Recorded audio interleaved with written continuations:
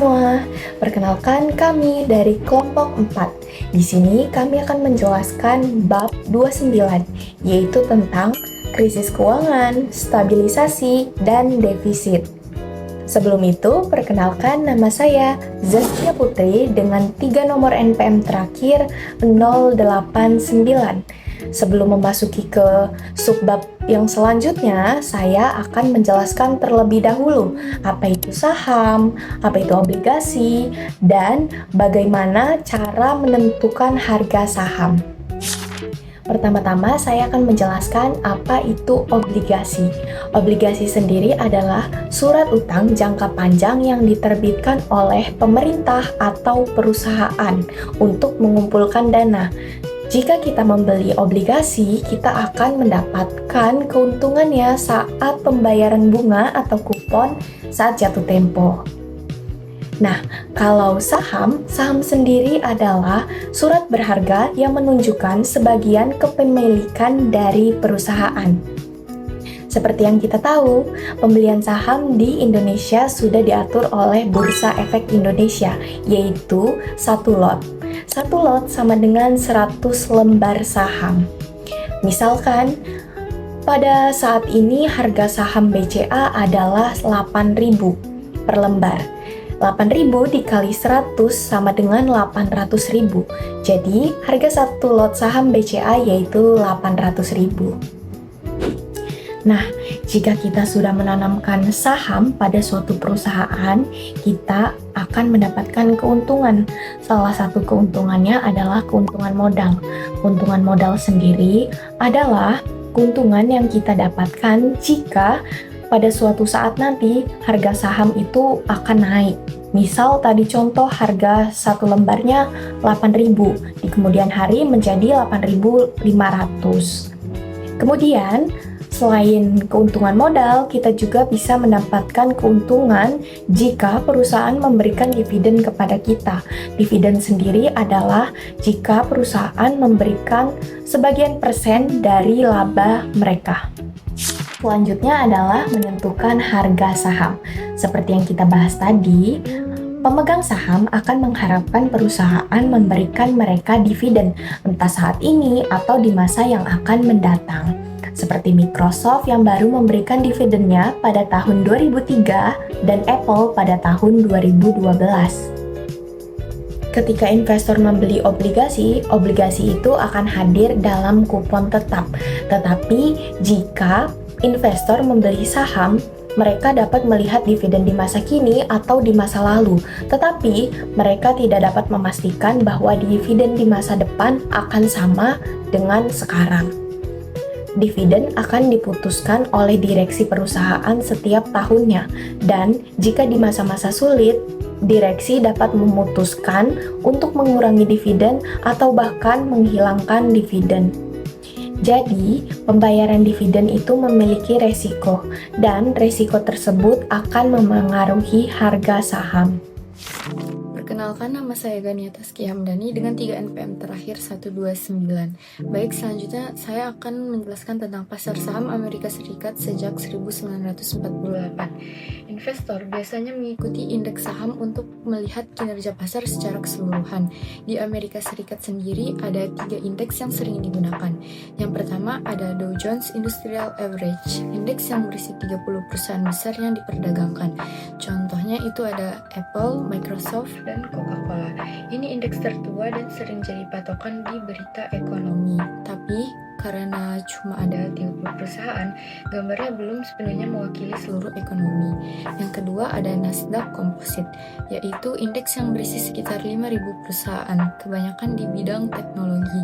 Misalnya perusahaan seperti Apple dan Microsoft juga masuk di sini.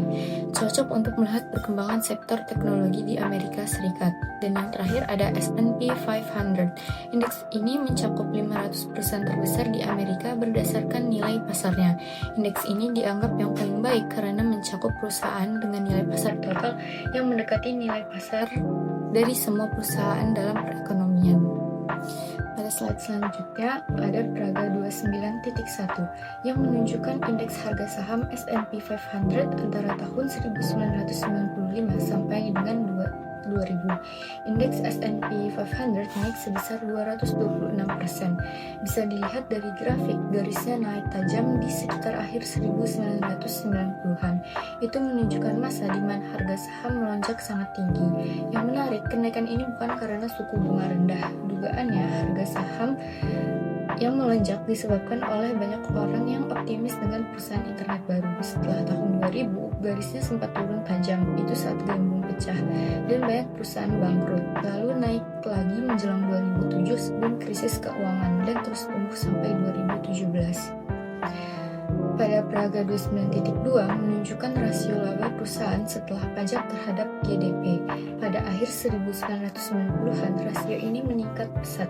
Tapi di awal tahun 2000, rasio mulai turun, sehingga tidak terlihat adanya lonjakan laba apapun. Dari kejadian ini menunjukkan masalah pertama makroekonomi adalah besarnya perubahan dan tidak terduganya pasar saham.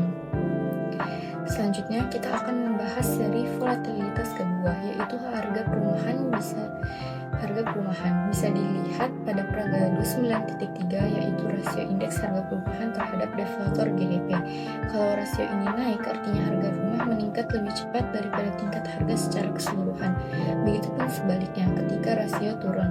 Antara tahun 2000 sampai 2006 harga rumah naik tajam, namun pada 2006 sampai 2009 harga rumah turun drastis. Assalamualaikum warahmatullahi wabarakatuh. Perkenalkan, nama saya Kaisar Alvaro Basto dengan NPM 251110093. Pada kesempatan kali ini saya akan membahas tentang efek kekayaan rumah tangga pada perekonomian. Salah satu faktor yang mengaruhi pengeluaran konsumsi adalah kekayaan. Semakin tinggi kekayaan dimiliki oleh suatu keluarga, maka pengeluarannya juga akan semakin besar. Misal, pada keluarga menengah ke atas, mereka lebih cenderung untuk membeli bahan-bahan di supermarket atau makan makanan di restoran. Sementara bagi keluarga menengah ke bawah, mereka lebih cenderung membeli bahan makanan di pasar dan makan makanan di rumah. Dan juga ketika suatu harga aset dari perumahan itu naik, maka efek kekayaan rumah tangga suatu keluarga juga dapat naik, sehingga yang awalnya biasa belanja di pasar dan makan makanan di rumah menjadi lebih sering untuk belanja bahan makanan di supermarket dan juga makan di restoran. Selanjutnya saya akan menjelaskan tentang krisis keuangan dan juga dana talangan pada tahun 2008. Sebelum terjadinya krisis pada tahun 2008, di Amerika sempat memiliki kredit rumah yang biasa disebut sebagai subprime mortgage loan, di mana perusahaan-perusahaan memberikan kredit kepada orang-orang berupa kredit rumah. Pada saat itu, warga Amerika percaya bahwa semua orang butuh rumah, namun mereka tidak sadar bahwa tidak semua orang bisa membayar kreditnya. Dan juga, pada saat itu, sistem tata kelola perusahaan di Amerika masih belum sebagus sekarang, sehingga perusahaan-perusahaan dan juga bank memberikan pinjaman kredit rumah pada semua orang tanpa melihat latar belakang orang tersebut seperti pekerjaannya atau mampukah orang tersebut untuk membayar kreditnya. Karena adanya sistem diskon kredit pada masa-masa awal kredit rumah, banyak warga Amerika yang memutuskan untuk mengkredit rumah. Namun, mereka tidak sadar bahwa ketika harganya kembali normal, mereka tidak bisa membayarnya. Sehingga pada periode awal terjadi boom kredit rumahan, sehingga banyak orang percaya bahwa kredit rumah tidak akan pernah turun. Namun mereka salah besar. Ketika masa boom sudah berakhir, harga kredit rumah turun drastis, sehingga banyak perusahaan dan juga orang-orang yang kehilangan pekerjaan, rumah, dan juga dana tabungan untuk menutupi kerugian dari kredit rumah tersebut. Sebelum terjadi krisis, sistem kredit rumah ini memiliki sistem gabungan, yaitu Mortgage Based Security atau MBS, di mana semua dana kredit dari rumah Amerika digabung menjadi satu dan dijual ke negara-negara lain. Akibat kolapsnya sistem kredit ini, terjadi sebuah krisis ekonomi global yang membuat stok market di global hancur dan membuat banyaknya PHK dan juga orang-orang yang kehilangan rumah dalam skala dunia. Oleh sebab itu, barulah di Amerika setelah krisis 2008, Amerika mulai fokus terhadap pembenahan sistem tata kelola perusahaan. Respon pemerintah Amerika atas krisis tersebut Amerika mengeluarkan sebuah program bernama TARP atau Trouble Asset Relief Program senilai 700 billion dolar. The Fed pada saat itu membeli saham-saham dari kredit perumahan tersebut dan mengambil 0% keuntungan. Dan pada tahun 2018, The Fed masih memiliki saham sebesar 1,75 triliun dolar di mortgage-backed security yang sudah collapse tadi. Baik, sebelumnya izinkan saya memperkenalkan diri saya terlebih dahulu. Nama saya Afila Nursafana dengan NPM 25110311083. Saya akan melanjutkan pemaparan materi dari rekan-rekan saya sebelumnya, yaitu tentang keterlambatan waktu terkait kebijakan moneter dan fiskal. Kebijakan stabilisasi bertujuan untuk memperhalus fluktuasi GDP, baik dalam masa resesi ataupun inflasi. Akan tetapi, tujuan ini tidak mudah untuk dicapai, karena perekonomian tidak merespons kebijakan secara instan. Dalam praktiknya, selalu terdapat keterlambatan waktu, yaitu jeda antara munculnya masalah ekonomi, pengambilan kebijakan, hingga saat bagaimana kebijakan tersebut dapat benar-benar berdampak pada perekonomian. Umumnya, para ekonom membagi keterlambatan waktu menjadi 3, yaitu keterlambatan pengenalan, keterlambatan implementasi, dan keterlambatan respons. Pertama, keterlambatan pengenalan.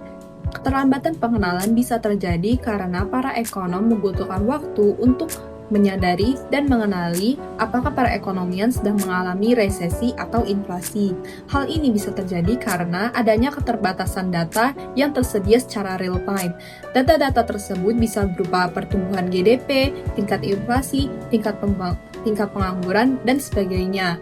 Data-data tersebut biasanya dirilis secara berkala atau adanya per kuartal saja. Akibatnya, ketika kebijakan mulai dipertimbangkan atau para ekonom sudah menentukan perekonomian ini sedang terjadi resesi dan mereka akan mengambil keputusan, perekonomian itu seringkali sudah berubah atau kondisinya memulih secara alami. Hal ini bisa membuat kebijakan yang nanti diberlakukan malah tidak tepat sasaran karena tidak sesuai dengan kondisi aktualnya. Selanjutnya, ada keterlambatan implementasi. Jadi, setelah perekonomian sudah berhasil dikenali, para pembuat kebijakan menghadapi masalah keterlambatan implementasi, yaitu waktu yang dibutuhkan untuk menyusun, merancang, menyetujui, dan melaksanakan kebijakan. Dalam kebijakan fiskal, keterlambatan ini cenderung melalui proses yang lebih panjang. Karena seperti yang kita ketahui ya, kalau pemerintah itu kan tingkat birokrasinya banyak. Jadi melibatkan beberapa pihak yang berkepentingan agar implementasi ini baru benar-benar bisa dilaksanakan. Lalu kalau untuk kebijakan moneter, keterlambatannya ini cenderung lebih singkat karena bank sentral bisa langsung mengubah suku bunga atau instrumen moneter lainnya melalui keputusan internal. Jadi tidak melalui proses birokrasi yang panjang seperti kebijakan fiskal. Selanjutnya atau terakhir ada keterlambatan respons. Jadi keterlambatan respons ini diambil dari sudut pandang masyarakatnya, yaitu bagaimana masyarakat ini bereaksi terhadap kebijakan yang sudah diberlakukan oleh pemerintah ataupun bank sentral. Sama seperti keterlambatan implementasi dan keterlambatan pengenalan, masyarakat juga perlu waktu untuk beradaptasi dengan implementasi yang baru diberlakukan. Keterlambatan respons mempengaruhi perilaku rumah tangga dan perusahaan. Contohnya, pelaku rumah tangga itu tidak bisa langsung menentukan apakah mereka mengubah tingkat konsumsi mereka. Lalu kalau untuk perusahaan, mereka juga membutuhkan waktu untuk apakah mereka akan meminjam uang dari bank atau tidak, lalu apakah mereka akan mengubah tingkat produksi, dan pertimbangan lainnya. Meskipun kebijakan sudah berjalan, dampaknya terhadap tingkat GDP, inflasi, lapangan kerja akan baru terasa setelah beberapa waktu. Perkenalkan, nama saya Novel Stefan Rossi dengan NPM 25110331078. Nah, selanjutnya saya akan membahas tentang isu-isu defisit pemerintah. Sebelumnya, apa sih defisit pemerintah itu? Defisit pemerintah terjadi ketika pemerintah berbelanja lebih banyak daripada pendapatan yang diperolehnya, biasanya melalui pemotongan pajak atau menaikkan belanja. Defisit itu terbagi menjadi dua jenis. Yang pertama yaitu defisit siklis atau sementara. Defisit siklis terjadi karena kondisi perekonomian saat itu, misalnya saat resesi atau lapangan kerja tidak penuh. Dalam defisit ini, pemerintah berharap defisit ini bersifat temporer atau sementara dan akan hilang ketika lapangan kerja kembali penuh. Yang kedua yaitu defisit struktural atau yang jangka panjang. Defisit struktural terjadi bahkan ketika perekonomian berada dalam kondisi lapangan kerja yang penuh. Dalam defisit ini, itu jauh lebih serius karena menunjukkan ketidakseimbangan struktural dalam anggaran dan dapat memiliki konsekuensi jangka panjang yang buruk bagi perekonomian.